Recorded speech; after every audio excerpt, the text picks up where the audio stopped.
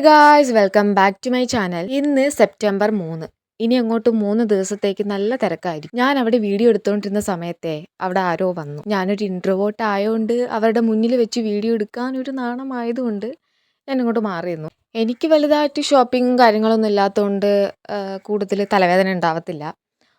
പക്ഷേ വീട്ടിലത്തേക്ക് നമുക്ക് ഓണസദ്യയൊക്കെ ഉണ്ടാക്കണ്ടേ, അപ്പോൾ അതിന് വേണ്ടിയിട്ടുള്ള സാധനങ്ങളൊക്കെ വാങ്ങിക്കാൻ വേണ്ടിയിട്ട് എന്തായാലും പോകണം. നിങ്ങൾ വിചാരിക്കും ഞാൻ എന്താ എപ്പോഴും ഇങ്ങനെ മുടിയിൽ പിടിക്കുന്നതെന്നല്ലേ? അതെനിക്കും അറിയത്തില്ല.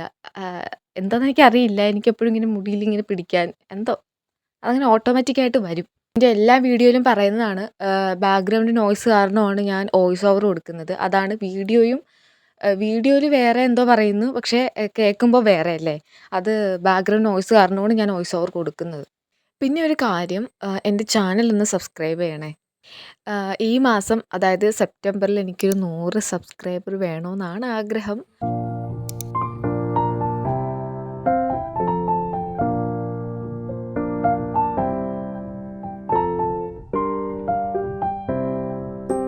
ഈ സാരി ഉടുത്തൊന്ന് വ്ളോഗ് ഇടണം എന്നാണ് എൻ്റെ ഒരു സബ്സ്ക്രൈബർ പറഞ്ഞത്.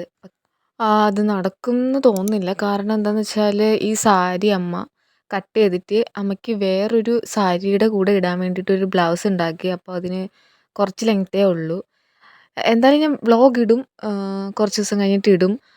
വേറൊരു സാരി ഉടുത്ത് ഞാൻ ഓണം വ്ളോഗ് അല്ലാതെ വേറെ എന്തെങ്കിലും ഒരു വ്ളോഗ് ഇടാനാണ് പ്ലാൻ. എന്തായാലും എൻ്റെ ഒരു സബ്സ്ക്രൈബർ പറഞ്ഞതല്ലേ, അപ്പോൾ നമ്മളത് ചെയ്ത് കൊടുക്കണമല്ലോ.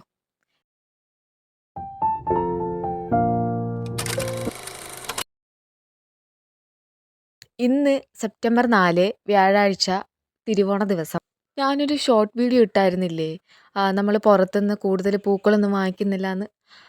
അതുപോലെ തന്നെ നമ്മൾ 2 ബന്ദിപ്പൂ മാത്രമേ വാങ്ങിച്ചിട്ടുണ്ടായിരുന്നുള്ളൂ, 2 കളറ്. ബാക്കിയൊക്കെ ഇവിടെ പറമ്പിൽ നിന്നൊക്കെ എടുത്ത പൂക്കളാണ്. ഈ അത്തം ഇടാൻ വേറൊരു കുട്ടിയും കൂടെ എന്നെ ഹെൽപ്പ് ചെയ്തായിരുന്നു കേട്ടോ. ഓണാകുമ്പോൾ നമ്മുടെ വീട്ടിൽ വളർത്തുന്ന പെറ്റിന് ഇത് കെട്ടിക്കൊടുക്കാറുണ്ട്. ഇതൊക്കെ എൻ്റെ വീട്ടിലെ ആവശ്യത്തിന് വേണ്ടി വാങ്ങിച്ചതല്ല കേട്ടോ. ഇത് ഓണപരിപാടിക്ക് വേണ്ടി ജയിക്കുന്നവർക്ക് കൊടുക്കാൻ വേണ്ടി വാങ്ങിച്ച സാധനങ്ങളാണ്. ഇത് ഓണക്കോടിയല്ല കേട്ടോ.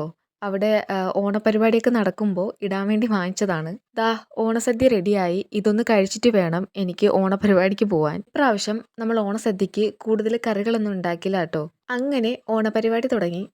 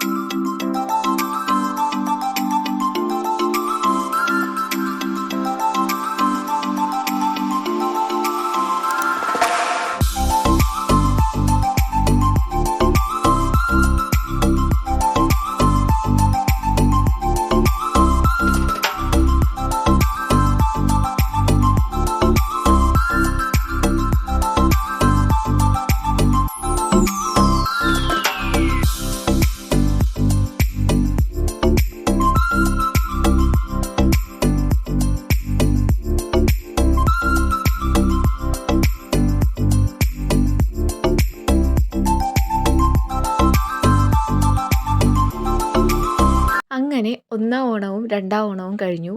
ഇനി മൂന്നാം ഓണമാണ്.